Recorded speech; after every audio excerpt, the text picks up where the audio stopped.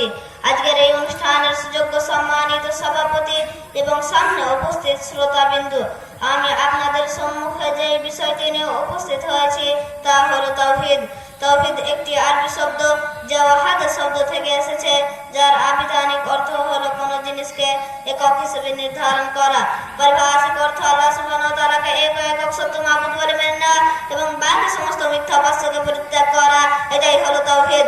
তাওহীদ ইসলামের মূল ভিত। তাওহীদ ব্যতীত ইসলাম অস্তিত্বহীন। কুরআন আমাদের জানায় আল্লাহ তাআলা পৃথিবীতে যত নবী আর রাসূল প্রেরণ করেছেন সকলের মূল দাওয়াত ছিল তাওহীদের প্রতি। যেমন পবিত্র কোরআন সূরা আরাফ আয়াত নম্বর 59-65-73 উল্লেখ করা হয়েছে, নূহ আলাইহিস সালাম, হুদ আলাইহিস সালাম, সালেহ আলাইহিস সালাম তিনি তার কওমকে দাওয়াত দিয়েছিলেন তাওহীদের প্রতি।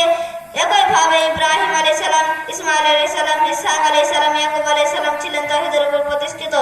মূসা আলাইহিস সালাম আল্লাহর হুকুমে ফেরাউনের নিকট যে দাওয়াত নিয়ে উপস্থিত হয়েছিলেন তা ছিল তাওহীদ। একইভাবে ঈসা আলাইহিস সালাম ছিলেন তাওহীদের আহ্বায়ক। এমনকি আমাদের নবী মুহাম্মদ সাল্লাল্লাহু আলাইহি সাল্লাম তিনি তার কওমকে তাওহীদের প্রতি আহ্বান করে বলেছিলেন, কুলু লা ইলাহা